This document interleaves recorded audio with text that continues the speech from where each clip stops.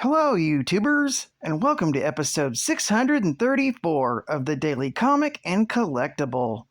Today, the collectible of the day is the Toybiz Toys, Marvel Comics Dynamax, the Uncanny X-Men, Savage Attack Wings, Sauron action figure. Sauron is perhaps the most terrifying evil mutant. Sauron loves to silently swoop down and use his mutant power to hypnotize and drain the energy out of his victim. Then, in the blink of an eye, he flies away, ready to strike again. The more energy he drains, the more powerful he becomes. Because he can drain the energy from anyone, even another evil mutant, even Magneto, the leader of the evil mutants, fears him. This 5-inch scale action figure of the mighty mutant Sauron is from the Uncanny X-Men Evil Mutants line of characters. Sauron is on full display, wearing his yellow undies and carries his savage club. This action figure features an outstanding body and head sculpt with impressive deco. Sauron features full articulation, including his mouth and wings. This Marvel Comics inspired figure even comes equipped with Savage Attack Wings. All you do is adjust the wings and rotate his body for battle action with his club and wings. This figure comes in a vintage blister card package and includes his battle club and collectible Marvel card. Mine includes the X-Men Superheroes Forge trading card. This figure was released in 1992 by Toybiz Toys. Now, the comic of the day is Weapon X, The Draft-Sauron #1, with a cover date of October 2002, with story by Buddy Scalera, art by Carl Kerschel, and cover by J.H. Williams II. This story is titled Falling to Pieces. The story opens with the director reviewing the file on Sauron. He thinks of how Sauron is not easily managed, and even though powerful, he's still dangerous and unpredictable. The director then orders Sauron to recruit Emma Frost into the Weapon X program. He knows Sauron will fail, but he's the most expendable of all his agents. Soon, flying over Manhattan, the beeping noise of his global positioning wrist device lets him know that he's arrived at the penthouse of Emma Frost. Sauron spots his objective, sitting by the pool. He attacks the White Queen, but she turns out to be a telepathic illusion.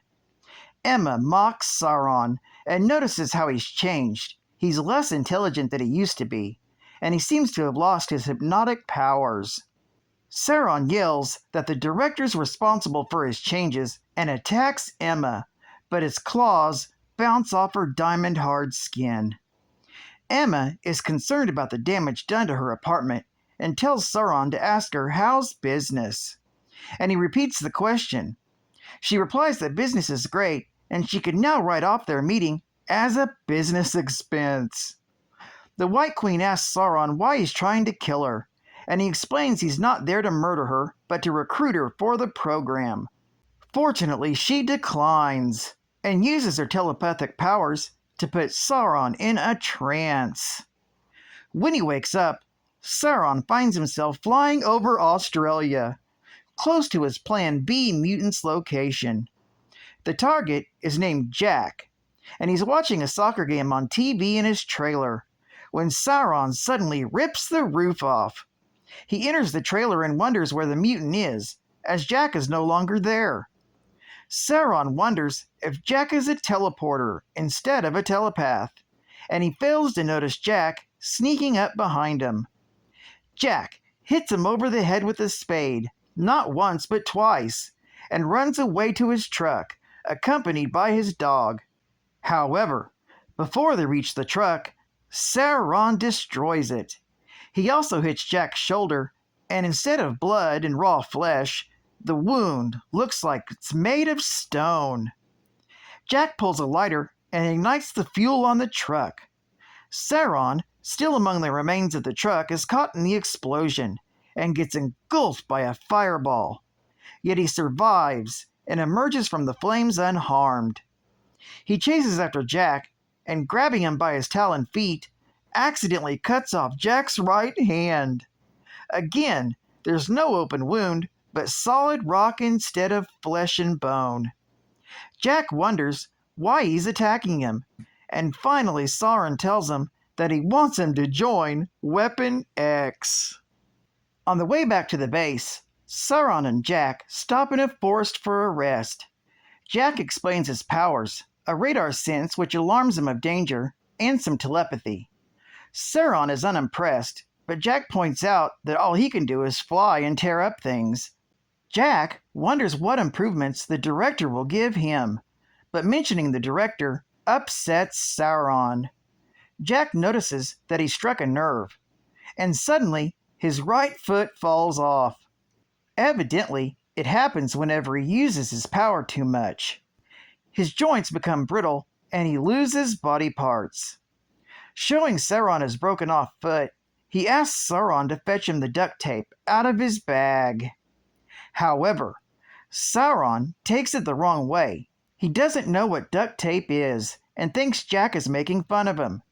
Seeing him as the director, Sauron attacks Jack and intends to teach him a lesson about respect.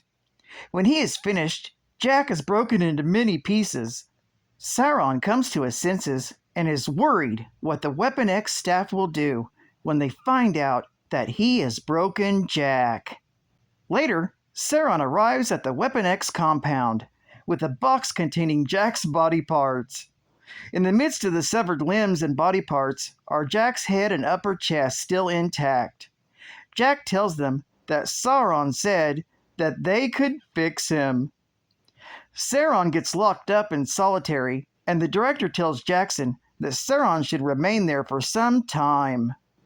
Inside the cell, Sauron does not understand why he gets locked up, as he was successful and completed the mission. He cries that he wants to fly. Jack, still in his broken state, looks around the room and carefully starts to read the minds of the people to get a feel for the place. The director notices his mind scanned and invites Jack into his mind. Jack reads his thoughts and is shocked. Evil is the only word he can think of to describe what he found in the director's head. This story is continued in Weapon X, The Draft, Wild Child, number 1. Geek Fact: this is considered a minor key issue, being the first appearance of the mutant Jack in the Box. It's also the first appearance of his dog Balls. Also, Jack joins the Weapon X program. Bonus Geek Fact: Jack is an Australian Aboriginal whose mutant powers are telepathy and radar sense, which allows him to scan his surrounding area. His powers have a side effect where his body becomes petrified and brittle every time he uses them. Jack was being utilized by the Weapon X program as a mind reader during the admissions process for captured mutants incarcerated in the Neverland concentration camp. It's unknown if Jack in the Box kept or lost his mutant powers after M-Day. Advertising ad fact: The new, more powerful Gundams. Careful where you build them.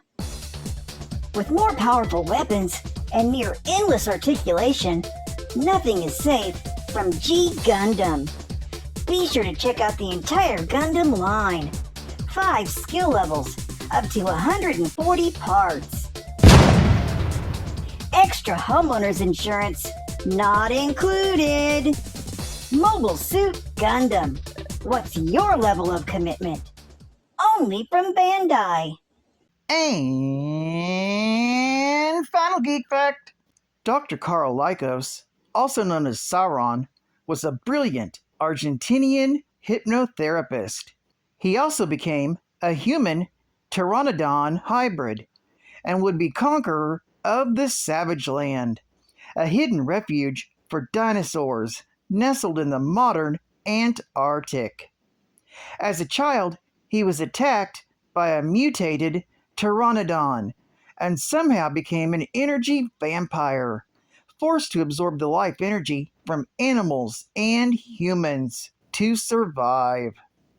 By absorbing the life energy of a mutant, he transformed into a savage alter ego, Sauron. While Sauron can feed on any being, it seems that mutants, especially energy manipulators, give him a substantially larger amount of energy to use. He has targeted Havoc on quite a few occasions. Well, I'd like to thank you for joining me for another Daily Comic and Collectible, and I hope to see you again Thursday. This is Cut Fan Comics Man, and I'll catch you on to flip. Over and out.